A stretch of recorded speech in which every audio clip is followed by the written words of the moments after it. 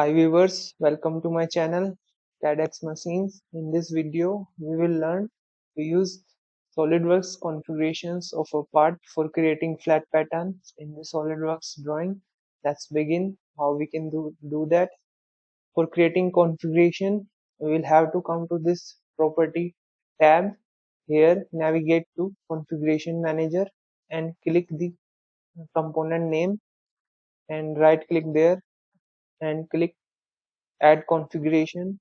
Now give the configuration name. I will give it flatten. Click OK. Now it has created two configuration. One is default, which was earlier, and current activated configuration name is flatten. Now for creating flat pattern, I'll go to the sheet metal tab and click flatten. Now it has created the flat pattern of the part, as you can see. Now click Ctrl plus S for saving the part with these two separate configurations. Now if I activate the default configuration, I will see this part as it was in the default stage. Now switch to the drawing window. Here first click the view.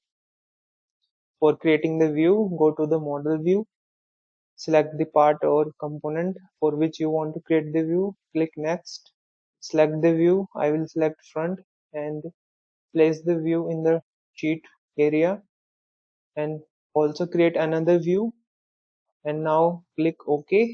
Now if I want to create flat pattern of this, I will click on that view.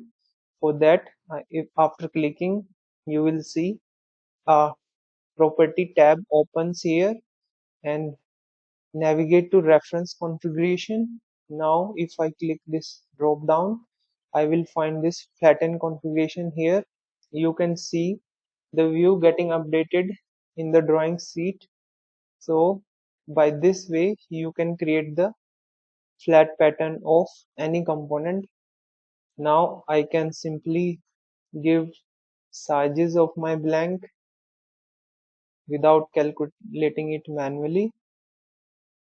So by this method you can tell the blank size to the required concerned person.